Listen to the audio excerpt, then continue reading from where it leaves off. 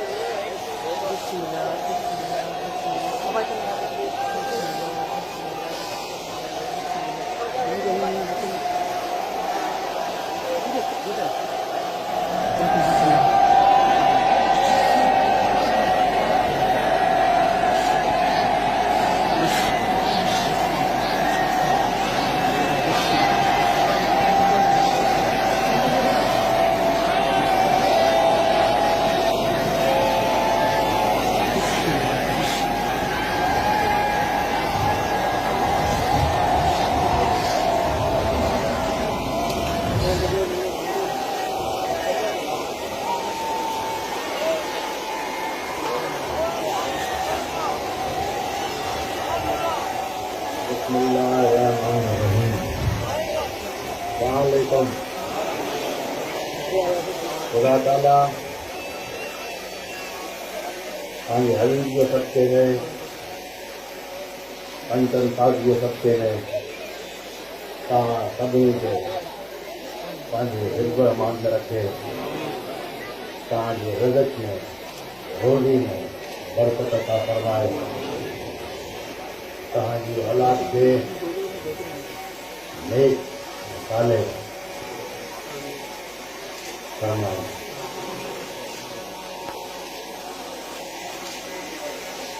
खुदा तव्हां सभिनी खे ख़ुशि रखे, आबाद रखे। तव्हां पंहिंजी औलाद खे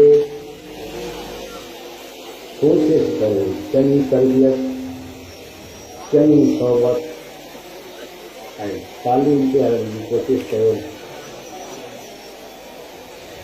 ख़ुशूसन पंहिंजी न्याणियुनि खे तालीम ॾियारो, त उहा तालीम हूंदी त अॻिते पंहिंजे घर संभालण जी अकुल बि हूंदी, ॿारनि खे निपाइण जी, ॿारनि खे पालण जी अकुल बि हूंदी। त पंहिंजी न्याणियुनि जी तालीम ते महिरबानी करे तव्हां ख़सूसी तवजो ॾियो।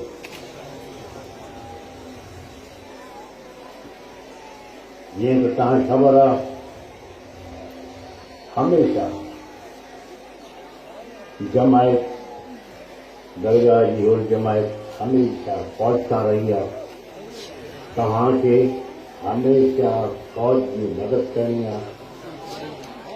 दुख में सूर में तव्हांखे फ़ौज सां रहणो आहे।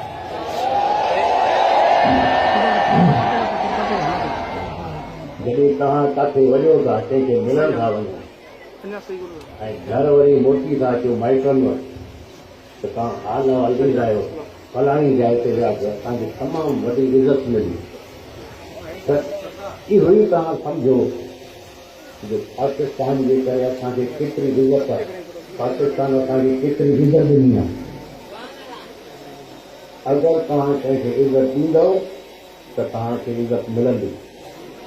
पाकिस्तान जे करे असां वटि इज़त आहे, पाकिस्तान जे करे असांखे माण्हू सुञाणनि था, पाकिस्तान असांखे इज़त ॾिनी आहे।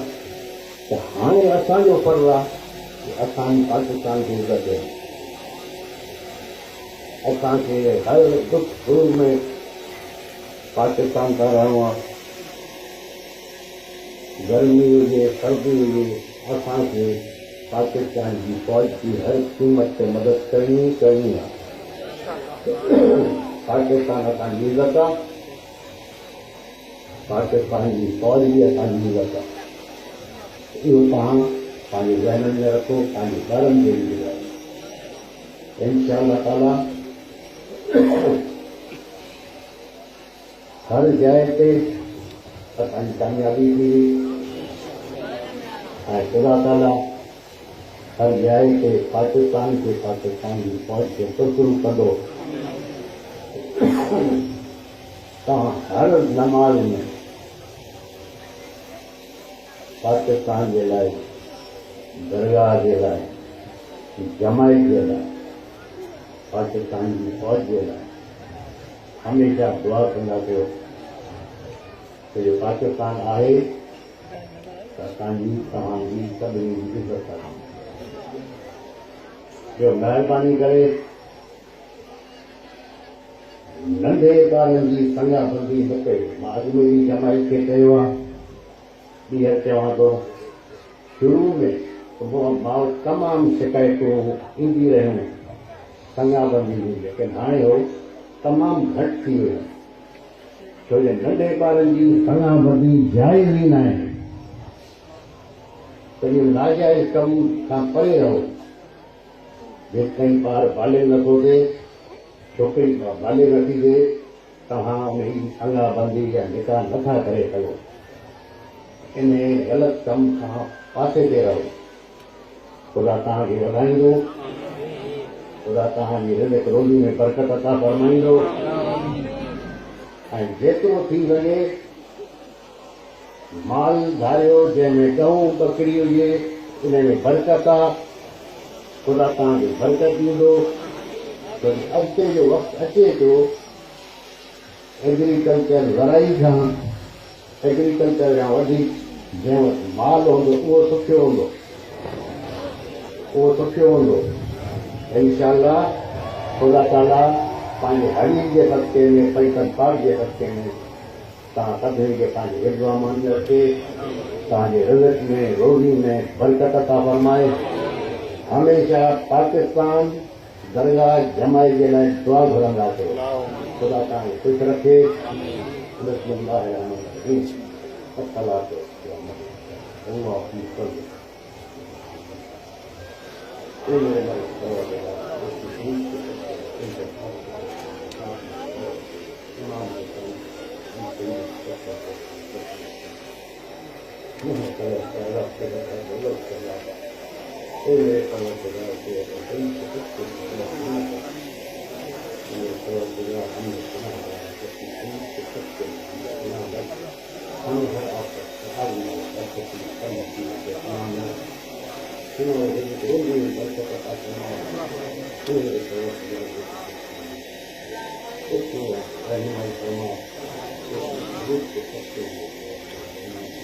اللهم صل